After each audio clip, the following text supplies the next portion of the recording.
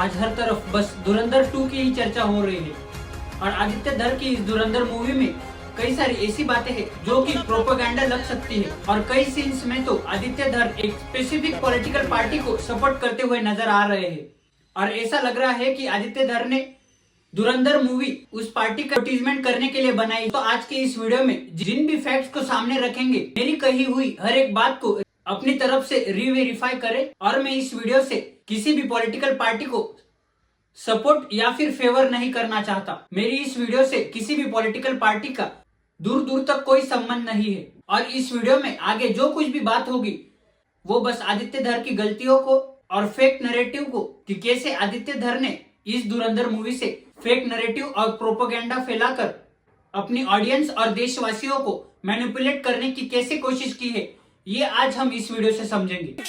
Put out the truth. हाँ, थोड़ा propaganda सहना पड़ेगा। धुरंधर पार्ट 1 जब रिलीज हुआ था उस वक्त भी सोशल मीडिया पर इस मूवी की काफी चर्चा हो रही थी। सोशल मीडिया पर आदित्य धर के खिलाफ कई सारे लोग एकजुट होकर उनकी इस प्रोपेगेंडा फैलाने वाली मूवी का जमकर विरोध कर रहे थे, लेकिन उस वक्त तब भी ठीक था। स्पाई नेटवर्क और उनके स्ट्रगल को शोकेस करने की कोशिश कर रहे हैं, ये उस मूवी का फोकस था। लेकिन जैसे ही धुरंधर पार्ट 2 रिलीज होता है, आदित्य धर और पीएम मोदी मिलकर पूरे देश की ऑडियंस को मैनिपुलेट करने में लग गए और आदित्य धर ने इस मूवी से इतना फेक नैरेटिव फैलाया कि जिस कारण से आज पूरे सोशल मीडिया पे धुरंधर पार्ट 2 और आदित्य धर के इरादों पर शक होने लगा है, क्योंकि इस मूवी से आदित्य धर ने स्पेसिफिकली एक ही पॉलिटिकल पार्टी को फेवर करके उस पार्टी की जमकर एडवर्टीजमेंट की है और शायद आने वाली इलेक्शंस के लिए लोगों को और उनके वोट्स को मैनिपुलेट करने की कोशिश की है।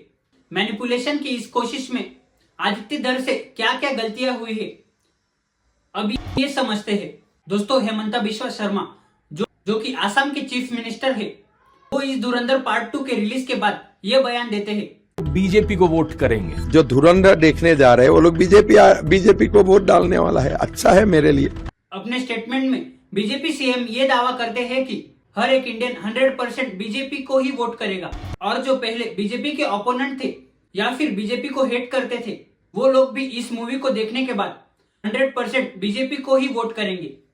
दोस्तों, हेमंता बिश्वा शर्मा के इस कॉन्फिडेंस से ये पता चलता है कि आदित्य धर ने बीजेपी के लिए और पीएम मोदी के लिए एक हाईली मैनिपुलेटिव मूवी बना के बीजेपी की जमकर एडवर्टीजमेंट की है और इस मूवी से बीजेपी को आने वाले इलेक्शंस में फायदा कैसे होगा, इसकी स्ट्रेटजी शायद पहले से ही प्लान करके रखी थी। ये सब बीजेपी सीएम के स्टेटमेंट से पता चलता है। तो इस मूवी में तो भर भर के प्रोपेगेंडा है, लेकिन इसका डिस्क्लेमर इस मूवी से भी ज्यादा मैनिपुलेटिव और फेक है।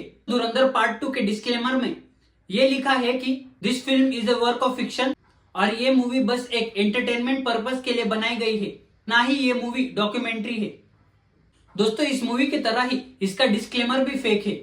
मतलब इस मूवी में खुलकर दाऊद इब्राहिम, अतीक अहमद, इन सारे गैंगस्टर्स और अंडरवर्ल्ड से जुड़े हुए लोगों का नाम है, लेकिन फिर भी हमारे फिल्म के डायरेक्टर अपने डिस्क्लेमर में ये रखते हैं कि इस फिल्म का वास्तविकता के साथ कोई भी लेना देना नहीं है।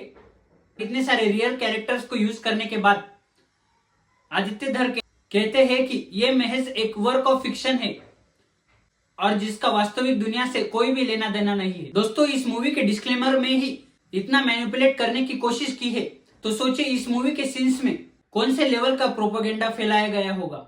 दोस्तों, इस मूवी का एक सीन है जिसमें कि दाऊद इब्राहिम खुद अपने मुंह से पीएम मोदी की तारीफ करते हुए नजर। तो इस सीन में दाऊद इब्राहिम कहता है कि जब से ये चाय वाला आया है हमारे लोगों में डर बढ़ गया है। दोस्तों, इस डायलॉग से आदित्य धर पीएम मोदी को एक गॉडमैन दिखाना चाहते हैं कि कैसे पीएम मोदी सत्ता में आते हैं और अंडरवर्ल्ड का सबसे बड़ा डॉन और इंडिया का सबसे बड़ा दुश्मन दाऊद इब्राहिम भी पीएम मोदी से डरने लगा है। आदित्य धर ने इस मैनिपुलेशन टेक्निक से ऑडियंस को गुमराह करने के लिए जानबूझकर इस डायलॉग को दाऊद इब्राहिम से नरेट कराया गया है, ताकि पूरे देश में पीएम मोदी की इमेज एक प्रोटेक्टर की तरह नजर आए, जिससे इनकी पार्टी का एडवर्टीजमेंट हो सके। दोस्तों, अब ये सीन देखिए जिसमें कि फेक करेंसी और डिमोनेटाइजेशन को लेकर मूवी में प्रोपेगेंडा फैलाया गया है। दोस्तों, मूवी के इस सीन में अजित डोभाल को ये इंटेल मिलती है कि पाकिस्तान ने 11,000 crore fake Indian currency Bharat में इंपोर्ट करने के लिए बनाई है और अगली बार Pakistan 60,000 crore fake Indian currencies के लिए फंड करने वाला है। फिर क्या दोस्तों, फिर जैसे ये इंटेल पीएम मोदी को मिलती है, इंटेल मिलने के तुरंत बाद ही पीएम मोदी पूरे देश में डिमोनेटाइजेशन घोषित कर देते हैं। proud of our unknown man. Of course. मतलब अब पता चलता है इससे कि डिमोनेटाइजेशन क्यों हुई थी, वो भी पता चला। इस सीन में भी फेक प्रोपेगेंडा फैलाया गया है, वो कैसे अभी समझते हैं। दोस्तों, पीएम मोदी के डिमोनेटाइजेशन करने के बाद लाखों लोग अगले ही दिन बैंक्स और एटीएम के बाहर लंबी लंबी लाइनें लगाकर खड़े हो गए। लाखों लोग अपना काम धंधा छोड़ के, सभी लोगों को स्ट्रगल करना पड़ा अपनी करेंसी एक्सचेंज करने के लिए। तो कई लोगों को तो बैंक के बाहर खड़े खड़े ही हार्ट अटैक आ गया, कई लोगों की मौत हो गई और कई लोगों का तो वक्त पर इलाज नहीं हो पाया, क्योंकि अस्पताल वालों ने पुराने 500,000 के नोट स्वीकार करना बंद कर दिया था। इसी फैसले के कारण कई लोगों की जान गई। और फिर बाद में आरबीआई द्वारा यह पता चलता है कि पीएम मोदी द्वारा जो नोटबंदी की गई थी, उसमें केवल 43 करोड़ फेक करेंसी डिटेक्ट हुई है। यानी कि इतना बड़ा डिमोनेटाइजेशन करने के बाद केवल 43 करोड़ से डिटेक्ट हो पाए। और आदित्य धर की इस मूवी में 60,000 करोड़ की बात हुई है, इसीलिए ये सीन सबसे बड़ा प्रोपेगेंडा है इस मूवी का। तो और इस नोटबंदी के बाद हमारे देश को 235,000 करोड़ का नुकसान हो गया। इसी के कारण धुरंधर पार्ट 2 का ये सीन सबसे बड़ा प्रोपेगेंडा फैलाता है। तो इस मूवी के एक और सीन में अतीक अहमद का नाम सामने आता है। इस मूवी में अतीक अहमद का नाम बदल दिया गया है। दोस्तों, अतीक अहमद जो कि यूपी का एक बाहुबली था और 3 बार मेंबर ऑफ पार्लियामेंट भी रह चुका था। तो अतीक अहमद के अंडरवर्ल्ड और दाऊद इब्राहिम पाकिस्तान के साथ भी संबंध थे। और तो और अतीक अहमद के खिलाफ 160 केसेस रजिस्टर थे। और तो और वो आए दिन उत्तर प्रदेश में टेररिज्म फैलाता था। ये इस मूवी में दिखाया गया है। इस बात से मैं और पूरा देश सहमत है। लेकिन अगर इस मूवी में ये दिखाया है कि अतीक अहमद हमारे देश के लिए खतरा था और अतीक अहमद के इनकाउंटर से हमारे देश को फायदा हुआ है, अगर ये बात इस मूवी से बताई गई है, तो फिर अतीक अहमद के इनकाउंटर के बाद क्यों लोकसभा में उसके लिए 2 मिनट का मौन रखा गया। अतीक अहमद का निधन 15 अप्रैल 2023 को 60 वर्ष की आयु में प्रयागराज में हुआ। अब ये सभा दिवंगत आत्माओं में के प्रति मौन रहेगी। यही बीजेपी के नेता लोग 2 के लिए खड़े हुए थे, जिनमें ओम बिरला, अमित शाह, पीएम मोदी खड़े थे। भारत के लोगों के लिए यह प्रश्न उठता है कि वो इस मूवी के सीन पर भरोसा रखे या फिर उनके प्राइम मिनिस्टर पर, जो कि अतीक अहमद के लिए खड़े हुए थे। तो इस मूवी में मेजर इकबाल नामक एक कैरेक्टर है, जो कि आईएसआई का एक मेंबर दिखाया गया है। और एक्सपर्ट्स मानते हैं कि इस कैरेक्टर का असली नाम इलियास कश्मीरी था, जिसे 3 जून 2011 में अमेरिकन ड्रोन्स द्वारा मार दिया गया था। लेकिन इस धुरंधर मूवी में इलियास कश्मीरी को हमजा अली द्वारा मारा गया है, जो कि रियलिटी से काफी अलग है। और इस सीन में भी जमकर प्रोपेगेंडा फैलाया गया है। दोस्तों, इस मूवी की शुरुआत में एक सीन ऐसा है जिसमें कि पाकिस्तानी लोग मिलकर एक सिख आदमी को मार देते हैं। दोस्तों, स्टार्टिंग के इस सीन से पूरी मूवी का कुछ भी लेना देना नहीं है, लेकिन फिर भी आदित्य धर ने इस सीन को जानबूझकर इस मूवी में डाला है।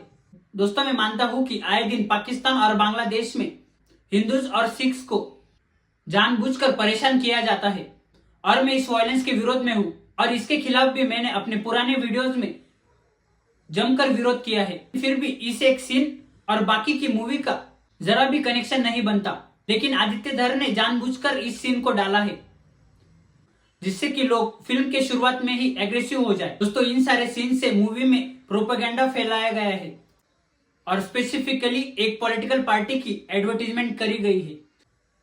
और इस मूवी की ऑडियंस और देशवासियों को मैनिपुलेट करने का काम ये कुछ चुनिंदा सीन्स करते हैं। दोस्तों, मैं बार बार एडवर्टीजमेंट शब्द का नाम क्यों ले रहा हूँ, अब ये समझाता हूँ। दोस्तों, इस मूवी में बार बार ये दिखाया गया है कि कैसे पीएम मोदी पाकिस्तान और टेररिज्म को हर बार एक करारा जवाब देते हैं और हर वक्त अपने देश और लोगों के लिए सोचते हैं। ये इस मूवी के कई सारे सीन्स से पता चलता है। लेकिन दोस्तों, कई ऐसी गलतियां हैं जो कि प्राइम मिनिस्टर मोदी द्वारा हुई है और उन गलतियों को इस मूवी में दूर दूर तक नहीं किया गया। इसी के कारण मैं इस मूवी को एक स्पेसिफिक पार्टी की एडवर्टीजमेंट बार बार कह रहा हूँ। दोस्तों, इस मूवी में यह नहीं दिखाया गया कि प्राइम मिनिस्टर नरेंद्र मोदी 25 दिसंबर 2015 को पाकिस्तान को एक सरप्राइज विजिट देते हैं, जो कि पूरे देशवासियों के लिए एक शॉक था और पूरा देश पीएम मोदी की इस विजिट को लेकर प्रश्न पूछ रहा था, कई सवाल खड़े कर रहा था। क्यों नरेंद्र मोदी पाकिस्तान गए और पाकिस्तानी पीएम के साथ क्या मीटिंग हुई, ये आज तक पूरे देश को नहीं पता चल पाया। लेकिन दोस्तों, गलती तो तब हुई जब इस विजिट के 7 दिन बाद ही 2 जनवरी 2016 को पठानकोट में पाकिस्तानी मिलिटेंट्स द्वारा इंडियन आर्मी के 7 आर्मी ऑफिसर्स को मार दिया। और ये पूरे देश के लिए एक शर्मनाक बात थी कि पीएम मोदी के विजिट के बाद ये ऐसा टेरर अटैक इंडिया पर होता है। उस मीटिंग में कौन सी ऐसी बातें थी जो आज तक लोगों के सामने नहीं आ पाई, जो कि 14 फरवरी 2019 को हुआ था, जिसमें भी हमारे देश के 40 आर्मी ऑफिसर्स पुलवामा ब्लास्ट में मारे गए। दोस्तों, ये है वो कई सारे कारण जिसकी वजह से मैं इस धुरंधर पार्ट 2 मूवी को एक प्रोपेगेंडा फिल्म कह रहा हूं, जिससे हमारे देश के लोगों को मैनिपुलेट करने की कोशिश हो रही है, जिससे कि आने वाले इलेक्शंस में उनके ज्यादा से ज्यादा वोट्स एक स्पेसिफिक पार्टी के फेवर में आ सके। इस मूवी का साफ साफ इंटेंशन है। कई सारी ऐसी मूवीज है जो कि पहले भी फेक प्रोपेगेंडा और फेक नैरेटिव फैलाने का काम करती थी।